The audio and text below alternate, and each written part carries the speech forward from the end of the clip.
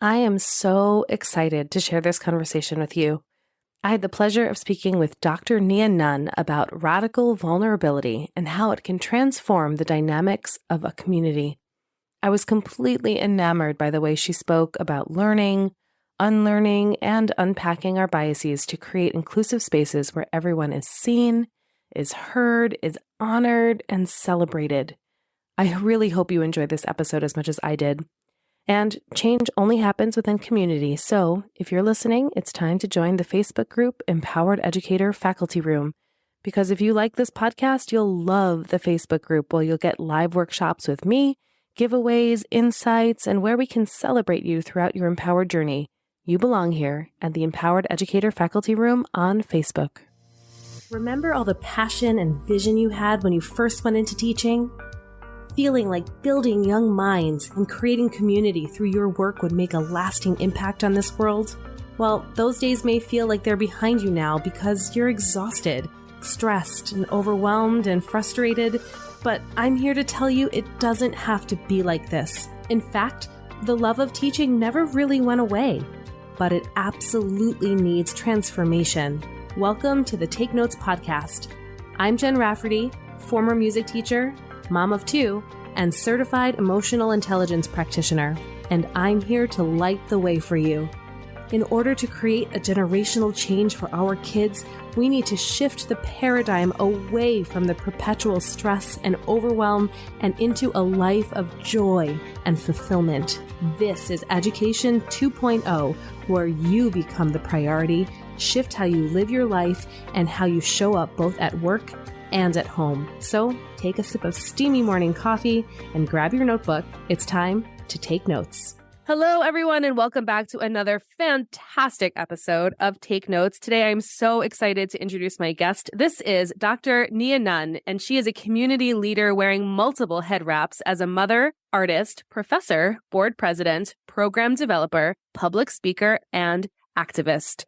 Her work is rooted in creating an innovative Black consciousness curriculum and centers on anti-racist and abolitionist framework delivered through the performance arts. She is committed to learning and engaging audiences creatively, intensely, and gracefully. Thank you so much for being here. Yes, thank you for the invitation. What a joy to have this conversation with you. I am so excited to just dive right in. So can we talk first about something that you shared with me in our conversations prior about your idea of radical vulnerability? I love that phrase. I know, right? Oh, it's so juicy. What is it? What does it mean? Yes. I mean, ultimately, we're talking about growing to a space of the most liberated learning selves, right? And what I'm doing is I'm inviting people on a journey that I call a collective self-study. So there's just engaging folks in reflecting on some of our histories, some of our roots, what we were taught, how young can you go? And then spending time with that and unpacking, unlearning, but also just naming some of the joys around education and what it takes to create liberated learning experiences. So the radical vulnerability workshops that I offer, I just help communities celebrate and honor who they are, but also do intentional and confronting work to strengthen the dynamics of their community. So it's confronting, but a joy and a shift that often occurs when we engage in the work. For sure. And so can we talk a little bit about that confronting nature of being vulnerable? Because I think this is something people shy away from, this idea of vulnerability. I think a lot of people know deep down that this is where the yummy, juicy, growing, expansive changes happen. But that can be not just confronting, but also really painful, which then serves as an obstacle to even go there. So can you talk us through kind of how do you work through some of that? Yeah. I mean, in listening and learning about your work, there's so much alignment, right? Like you talk about the importance of educators and self-care, and the specific element of radical vulnerability is this self-study. So some of the key questions are like, who am I? Where am I from? And then reflecting on your people, the collective, it's both our individual and our collective identity. But in it, it is like taking the time to reflect on who am I bringing into the spaces that I enter. you go in and decide that you're teaching a population of people, whoever that population may be. No, prior to any of that, who are you bringing into the space and spending some time with that? And I think that there's multiple layers that come. It interferes with the othering that happen. No, bring your other with you. Right? So just being able to zap in. And so I have folks reflecting on even just characteristics that represent who you actually are, who you actually see yourself to be, and then characteristics that represent like your ideal self. So I use this exercise and play around with these words to help people create poems. So that's the interweaving component on all of my multiple head reps is poetry. But that's also a confronting dynamic, right? Like not everybody sees themselves as a poet, even though I believe that everybody is in fact a poet and see the poetry in everything. So we get to spend some time with discomfort. There's some breathing exercises that I do to start the work, but I also invite people to do a lot of writing. Why? Because there's so much power in going back to those written thoughts and feelings and being able to analyze them with love and self-compassion. And so these are the exercises that lend to like the naming of the self and naming that individual self, our characteristics. I'm joyful. I'm energetic. I might bust out with a cartwheel because that's just my personality as an individual, and spending time with our collective identities. Right. And in particularly on site, I am in fact a Black woman. And that is such a significant part of who I am and who I'm bringing into every space that I enter. So I encourage, and then there's some exploration around, okay, so what does that mean?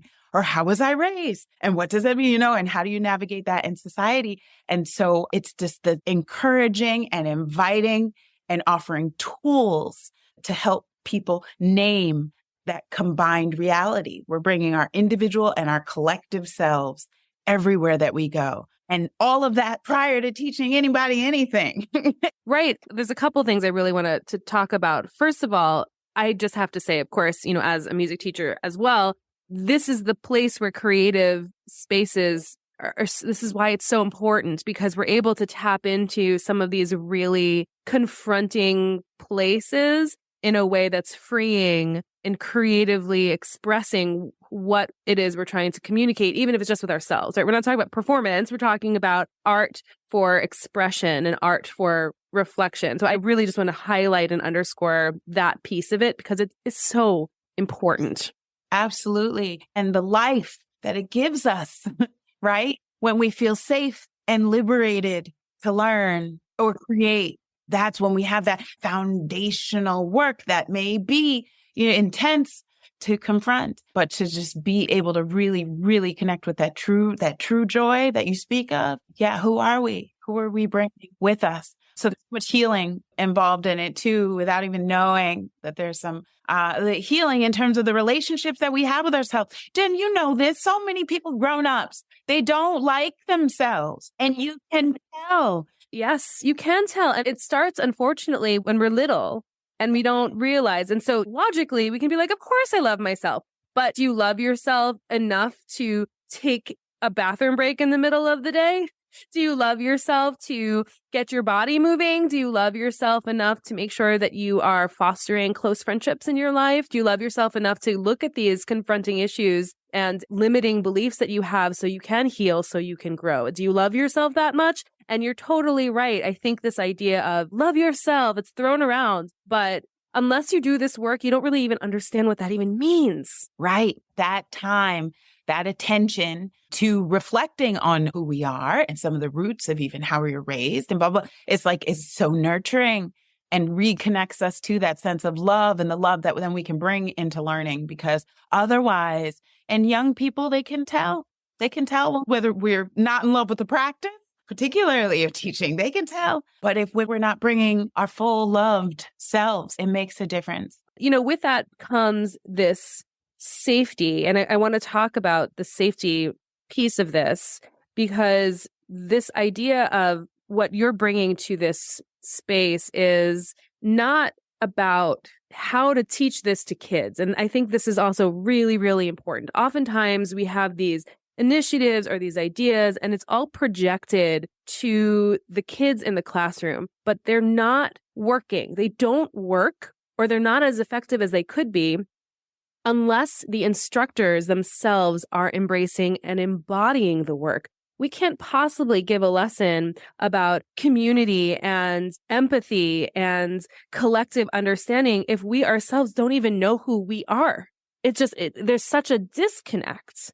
And so can we talk a little bit about how you create safe spaces, or how you teach others to create safe spaces? Absolutely. I am very transparent in my teaching, actually in a beautifully corny way, about like pausing to talk about what just happened. And so at the heartbeat of all of it is feeling and believing that we have the capacity to create classroom culture. As a collective, though, too, right? Not just as the facilitator, as the leader, as the individual in charge of the teaching, but creating classroom culture and being able to name that. Because children, young people are doing that all the time. When they enter certain spaces, it's like, boom, when I enter this space, the list goes on about what it means, what it feels like. And so I think there's a lot of beauty when we are intentional about and transparent about the ways in which we are creating classroom culture, how we speak with each other, who speaks when, how honoring and using each other's. I get so excited in my classes when the students start using each other's names as they're reflecting on a conversation and concept of what just happened. I'm telling them in the moment, look what we did. This is representative of who we are as a classroom culture. And sometimes it can be things that are just so simple, but honoring that collectivity, right? The we associated with it. That is at the heartbeat, the root of the safety, right? You know all about it. When the student, there's a substitute, for example, and the students are the ones that like, in here, this is what we do. And this, and so needs a break, and so has speech and blah, blah, where there's this community, this culture, this collectivity versus emphasis on a hierarchy, or an emphasis solely on individuality, which is the foundation of the culture across the board. And that's what I'm offering. That is in my teaching and teaching training, but this radical vulnerability concept that may be an additional sort of unique, that's that explicit element, the we. Yes, that is huge. And as you were talking about that, I was getting a little verklempt over here, because we do get so far away from the collective of connecting to each other on just a level of commonality, just because of our humanity, that everything becomes so individualized and separate. And when we become so separated, we lose a piece of our humanity. Then I would share that there's a beautiful combination worth acknowledging, right? So there's the honoring the uniqueness, our individuality, like we've talked about. And then I would say that there's a lot of power and transformation that happens when we also honor some of the specificity of our collective identities, right? So our grouping, our collective experiences. So I have students write For My People poems, right? You can look them up there. Those are the best, right? The For My, Who I Am poems, Where I'm From, and For My People poems. And there are many students that this is a beautiful link to just exploring the multiple labels, right? That we are either assigned or that we assign ourselves. And then the reality of our social experiences by race, by gender, by religion, all of these real live identity markers that impact our daily lives. And so having space and tools to honor the specificity of our collective experiences, I think, is something that may also be a novel and unique element of radical vulnerability. So I'm inviting people, and this is sort of a segue into being explicit about the Black consciousness work of this, right? I invite people to, one, listen as I do a little storytelling, right? And navigating like, whoa, hearing me tell some of the story of my upbringing, my roots, right? As a young Black girl being raised in a predominantly white space, by two very pro-Black people who put the energy into making sure they said, okay, if we are going to raise her here in this predominantly white space and all of the things that come with it, we need to make sure she loves being Black and that she knows that she's smart or that she knows that she's beautiful. So I teach about some of the intentional energy that my parents put into in the parenting. I think I had the Wiz memorized before I even knew there was Wizard of Oz. Like, this was intentional.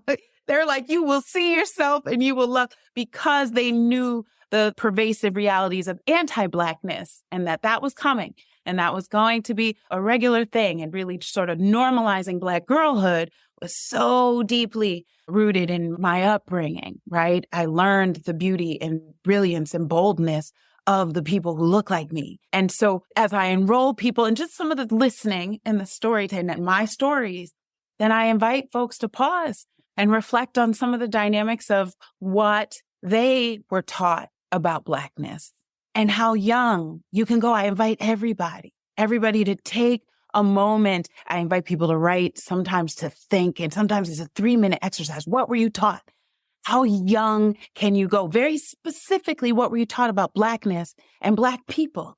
Engage in this exercise with me, right? And so folks go through their journey individually, privately, right? Again, a self-study, but that is done in a collective.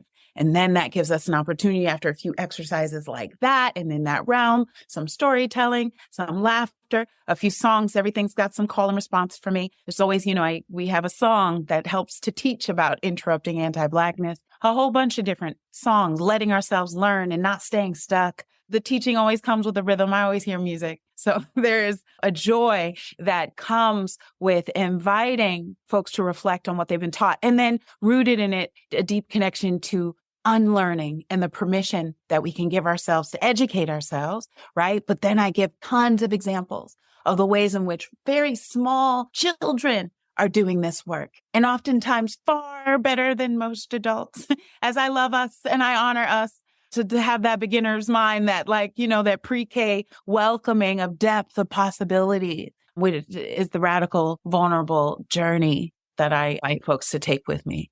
Oh, yes. The way you describe that, it's funny. You said the word joy just as I was thinking to myself, gosh, this is so joyful. And you just took the words right out of my head, because when many people enter this work, it is, again, using that lens of, okay, we're going to be vulnerable now. This is going to be a little scary. This is going to be confronting. And the way that you describe how you approach this is so joyful, because healing and learning and unlearning and unpacking doesn't have to be heavy. There are places that we can go where it can be safe to feel very significant emotions about this. And that's a perfectly normal part of this process. And it can also be joyful. Oh, absolutely joyful. So I would love to know a little bit about some of these examples that you were sharing about some of the things that come up. You said you had some stories about what this looks like in practice. I would love to know, what does this look like? Yeah, so I teach a lesson that I've been teaching for years, and it's known in certain sectors of our community as 100% human lesson, right? So I teach this, and I think the reason why it shocks systems for folks is the range of ages, young people who will be in the audience, and the different things that they do with it, like the tools. So with 100% human lesson, I teach about teaching. I teach that as young people are looking at this Black Lives Matter sign, right? These signs were all over Ithaca and for so long, and nobody was really talking to kids about. So folks were like asking for help, like, how do you talk to? And we do it through our program in the summertime. It's called COMEP. It's a performing arts youth program where it's that they sample. This is like the living laboratory that I share through radical vulnerability. Because in real talk, the entire community is my classroom. Indeed. And reflecting on these signs all over the place and working with children, especially really small children who are just learning their colors, right? That a lot of them are shunned when we start talking about colors and skin, and navigating and naming like this Black, like who is talking to these kids? So finally I'm like, you know what? I got it. And I have a whole audience of 150 and 60 kids of all kinds of ages. And I'm like, what color is my turtleneck? And they're like, black. I'm like, what color is my sweatshirt? They're like, black. And I'm like, what color is my skin? And whoa, some are like, wait, I don't want to get this wrong. And this is a mix, a range of white babies, black babies, Asian babies, or some of them are indigenous babies, like a good mix of human beings, predominantly black. But looking at some, trying to figure out I'm like, so you hear Dr. Nia call herself a black woman in this brown skin. Is anyone confused? Anyone have questions? Right? And in some you can see there's like this, oh, wait a minute. Finally, we're going to have this conversation. And so then I go on to talk about larger social structures that have led us in language to acknowledge our African ancestry, people of African descent, this categorization of Black, and then some of the things that we've done with titles and names and terms. And that's how I identify. You won't often hear me say African American. You'll hear me identify myself as a Black woman. So being able to create space, even with little people, to explore language and how language shifts and how language, yes, can be derogatory, but what are we doing with it and unpacking, and boom, they are capable. They're above and beyond capable, right? So we deal with the Black Lives Matter sign, right? And the concept. And what I say is that, everyone should be loved and fed and read to. And yes, each and every one of us, right? We all deserve, we go on about our humanity. And I communicate that the sign, as many of us teach, is not communicating that Black lives are the only lives that matter, but it's communicating that there is a very specific human story and history to name and be with. And so I tell them the story goes like this. I say, once upon a time, white people and people of European descent were taught a lesson that was not true.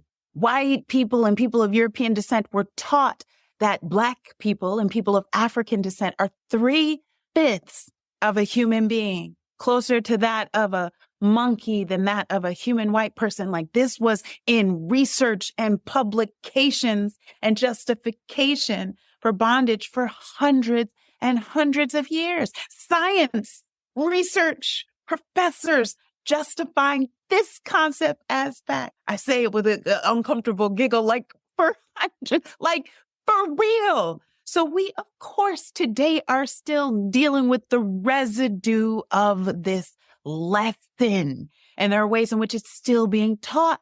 So I offer the babies, are you interested in teaching something new? And they say, yes, they can, please. I said, well, let's teach something new. When I say 100%, you say human. I say, I am 100%. They say, human. I say, you are 100% human. We are 100% human. And that's the pre-K lesson that a whole bunch of people never got.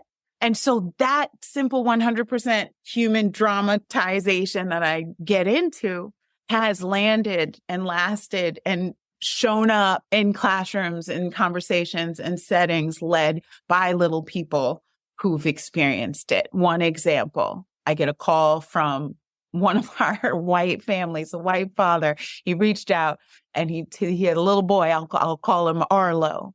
And Arlo was 6 with us. And I don't know if you remember H&M, when H&M put that beautiful little Black boy in a green sweatshirt that said, coolest monkey of the jungle. And so H&M got a whole, flack about how racist it was and blah, blah. And all the adults, right? All the grownups were like, why does everything got to be about race? The mother supported it. And some people were even like, monkeys are great, right? All of these things to sort of the discomfort and sort of the protecting of the depths of racism associated with putting this little Black boy in this monkey sweatshirt. So this white father calls me, my little friend, we're going to call him Arlo, 6, maybe had just turned 7, had the 100% human lesson, did summer with us, his Black consciousness work. He looked at an image of that little Black, and the whole thing around charging at H&M. And he points at it and he goes, I know the roots of why that's racist. Oh, wow. Right? Meanwhile, you got adults just protecting, monkeys are great, or what's the big deal? It's just a sweatshirt, or blah, blah, blah. But this baby who learned the process of learning, who learned that people are taught certain concepts that then impact our entire social structure. He knew the detrimental realities of associating this little Black boy with a monkey, all the way to the point where he could even talk about mass incarceration and the relevance. And he was 7. So, and a little white boy.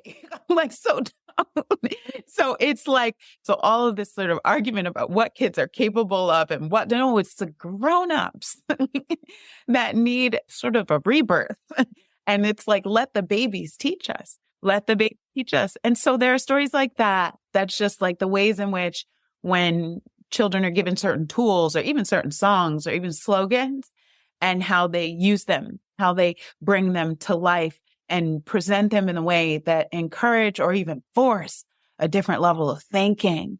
And that's what radical vulnerability is about.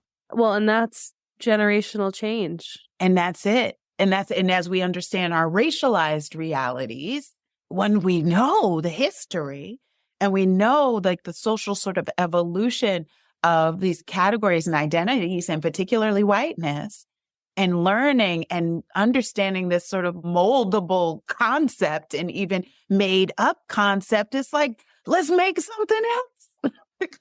Like what's possible? What's possible in exercising these identities if they're so moldable, right? Just encouraging folks to do something different with it.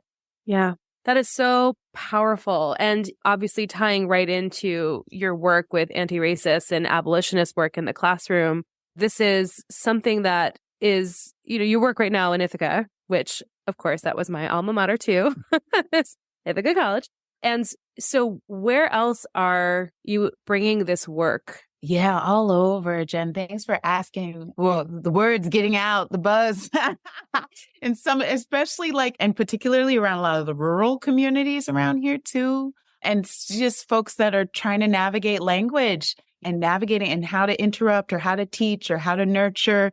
So I'm receiving invitations that I see as invitations to help acknowledge and even work towards transforming the culture of how some folks are treating each other in a space. And then I would say that I've been able to do quite a bit of speaking a few places too. So speaking in more higher education settings. I'll be at Wells College soon, but also work with programs like it's called C-STEP. And it's a science and technology and engineering program through Cornell. And so I was able to do some workshops for the larger entity with that company. So I end up saying my audience is across the board. So like I said, during Black Lives Matter at School Week, I was in schools kindergarten through 5th grade, then the middle school, and then 2 sections of Ithaca High School so that they could fill the Culp Auditorium twice. And it's the same. I mean, I might be a little bit bigger with the 5-year-olds, but really it's the same. And so there's this itty bitty pre-K through 12th grade in terms of youth.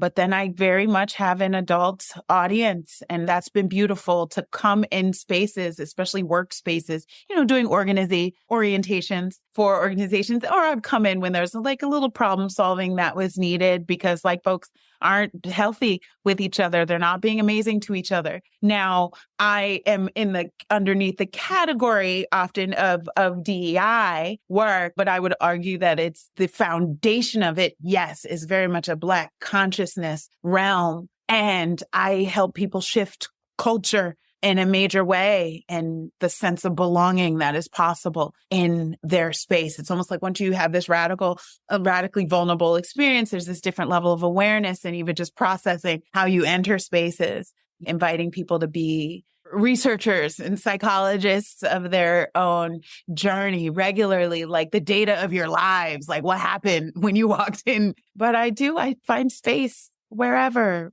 Yeah. Well, and I guess one of the reasons why I ask is because everything is just so politicized right now and there is so much resistance. And so part of the reason why I even just do this podcast is to elevate voices and to inspire some sort of motion forward. So for the folks who might be listening right now, I'd love for you who are listening right now is we'll talk about where to find Dr. Nia in a minute, but really go seek her out. I could really have this conversation with you for another few hours. And I know we can't because we have to wrap up this podcast, but this work is just, it's too important to just listen to this podcast and be like, oh, that was nice, and then put it away. Like, this is really the time for some sort of forward motion, even if that forward motion is, I'm going to do the introspective work myself. That's it. Exactly. And I would say that the two of us combined, we offer a different space because we're nurturing and encouraging teachers to say, you are capable. You are above and beyond capable of doing this work. You can do it. And it requires, in some cases, I'm going to be a little corny and have a segue into some poetry that I'll offer folks to check out, but a deep breath. A lot of my work involves taking a moment and breathing together. How often are you starting your classrooms, even if it's 30 seconds, 60 seconds, close your eyes and breathe together. Just take a breath. So deep breath is also a poem that I've written and have like a bit of a video associated with it. So you can look up Nia Nunn, Deep Breath. It's 8 minutes long, but it's also a piece that highlights a lot of what we've talked about. You know, I would say the first part is called Loving Revolution in These New White People. And part 2 is called Loving Blackness Religiously. And then part 3 is called Loving Thyself Radically.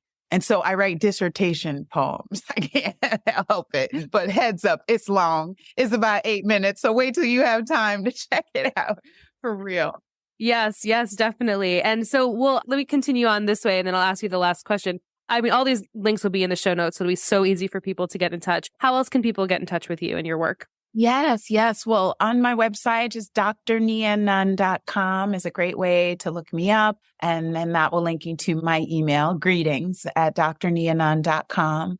Otherwise, there is a CUMEP, CUMEP Ithaca YouTube channel to check me out in action and some of the work that is happening on the community scale. I go there to show off elements when I'm doing anything with radical vulnerability, and to keep your eyes and ears wide open, because the idea is to be able to provide blueprints, right? This work, it's replicable. And so I am just continuing to strengthen my ability to name the tool and the pieces of the tool so that they can be shared. I tell all of these are gifts for our future teachers and current teachers and parents and human beings dealing with human beings. Is really what this work is all about. Just positions us to bring our whole selves very differently. Yeah, the website. I'm also on Instagram. I'm all excited because I'm newly on Instagram, as in like a year or so. But at Dr. Nia Nunn, just following me there and engaging is another method. And yes, I have the Facebook still. I definitely do. And my children always let me know with a nice little giggle, but I'm with it. So let that be another place to stay, to reach out or to get connected. But anything Dr. Nia Nunn. Fantastic. And so I need to ask this last question then, and beautiful tie into the last piece of what you were saying is, what is your big dream for the future of education? Man, I mean, the most massive dream / daily practice is helping all of us, all our young people particularly, to know their value, to see their value and to taste it throughout a really authentic, like liberated learning experience that's ongoing. It's everlasting. But if it could start in the womb, I'm with it. Yes. I love that. More of that. Yes. We want more of that. Everyone to know their value. Man, what would that world look like? Oh my goodness. Can you imagine? How much that would just interrupt stuff? I'm getting all verklempt again, Nia. But that's it, right? That's the vision. That's the work that you do, the work that I do. You know, we plant seeds in the hopes that one day this is the world that will exist. So thank you so much for your time and your brilliance and your enthusiasm and joy. It's such a pleasure to talk with you about the work that you do. Thank you. Well, thank you for the space, this container that you just love it. Love it. It's beautiful. Thank you. And so if you loved today's episode, which I know you did, go ahead and subscribe. Please share it with a friend. Take some action today, and we'll see you next time on Take Notes. Incredible, right? Together, we can revolutionize the face of education. It's all possible, and it's all here for you right now. Let's keep the conversation going at Empowered Educator Faculty Room on Facebook.